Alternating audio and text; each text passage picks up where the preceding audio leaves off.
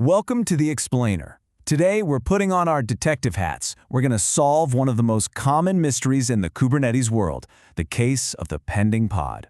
So grab your magnifying glass and let's crack this thing wide open. So picture this. You deploy your amazing new application. You're all ready for it to go live, but nothing. It's just stuck. You check the status and it just says pending, and it's not going anywhere. It is a super frustrating spot to be in, and trust me, we have all been there. But here's the thing. That's not a bug. It's a clue. And that's where our investigation begins. Every good investigation starts at the crime scene. And for us, in the world of Kubernetes, the crime scene is the pod's configuration file. This is where you're almost always going to find that first critical piece of evidence, usually hiding in plain sight. And here it is, our primary piece of evidence. This YAML file is the blueprint for our application pod. It tells Kubernetes exactly what we wanted to run.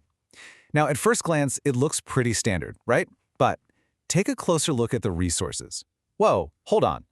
It's requesting 10, as in 10 full CPU cores for a simple web server? You know, that's not just ambitious. That's downright suspicious.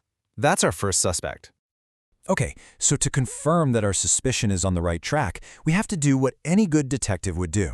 We have to recreate the scene of the crime. We're going to apply this exact configuration file to our Kubernetes cluster. This is going to let us watch what happens in real time and start gathering some more clues. All right, the stage is set. It's time to pull out our detective toolkit and start gathering our first clues. The first couple of commands we're going to run will give us that high-level, bird's-eye view of the situation. And the very first tool we're going to grab is the trusty kubectl-get pods. Think of this like a detective's initial sweep of the area. It's not going to tell us the whole story, but it'll definitely point us in the right direction. And there it is. The output confirms our problem. The status is right there, pending. This is the big flashing neon sign telling us exactly where our investigation needs to focus. It's not crashing, it's not in an error state, it's just waiting. So what does pending actually mean? It's really important to get this right. It means Kubernetes has seen our request and said, yep, I've got it. But the scheduler component, the part that assigns pods to nodes, can't find a good home for it. It's a scheduling issue. This isn't a bug. It's actually a protective feature. The scheduler is doing its job, preventing this huge pod from landing on a small node and causing chaos for all the other apps. So we're definitely on the right track here. Okay, we have our first major clue. Now it's time to dig deeper. We need to find that one piece of evidence that tells us not just that there's a problem, but exactly what the problem is. We are looking for the smoking gun. To find that smoking gun, we need a more powerful tool. kubectl describe pod is like bringing in the forensics team. It gives us a super detailed report, including a log of events that tells the whole story of what the scheduler has been trying to do with our pod from the moment it was created. And there it is. You scroll down to the bottom to the events section and boom, the smoking gun. Warning, failed scheduling, insufficient CPU. The scheduler is literally telling us in plain English, hey, I can't place this thing because not a single one of your nodes has enough CPU. Case almost closed. We know what happened, but any good detective will tell you, you have to confirm the motive. Why is there insufficient CPU? We need to cross-reference our evidence to confirm the root cause beyond a shadow of a doubt. So let's move on to our next command. We're going to go inspect the nodes themselves. This command lets us peek at the total allocatable resources on our worker nodes, specifically the CPU. This is kind of like checking the suspect's alibi.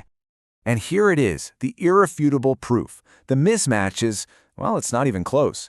Our pod is asking for 10 CPU cores, but our node, which is pretty typical for a local dev cluster, only has 2 allocatable cores. It's just an impossible request. It's like trying to park a semi-truck in a spot made for a Mini Cooper. It is never, ever going to fit. And this is exactly why resource requests are so important for a healthy cluster. So now that we've totally solved the mystery, it's time for the easy part, fixing the problem so our application can actually run. And luckily, the solution here is as simple as correcting the evidence. So here's the corrected YAML. Instead of that absurd request for 10 cores, we're asking for 500 milli, which just means half a CPU core. It's a much more realistic, much more reasonable value for a simple web server. And this request, it'll fit on our node with no problem at all.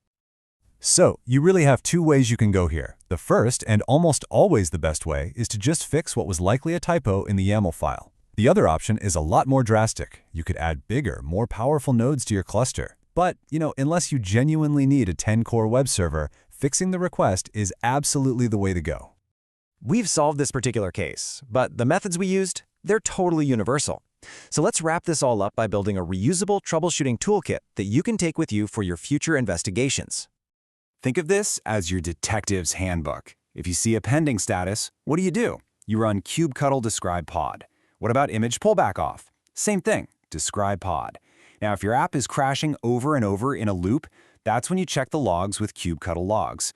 This simple little chart is your key to quickly diagnosing the most common problems you're going to run into. So, to recap our whole investigation, a pending pod almost always points to a scheduling issue. Your number one go-to tool is kubectl describe pod, and the events section is where you'll find the gold. And of course, always make sure that what you're asking for is something your cluster can actually give you. With these tools and techniques, you're not just a user anymore. You're a Kubernetes detective. You know how to diagnose problems, find the root cause, and put the fix in place. So the only question left is, what mystery are you going to solve next?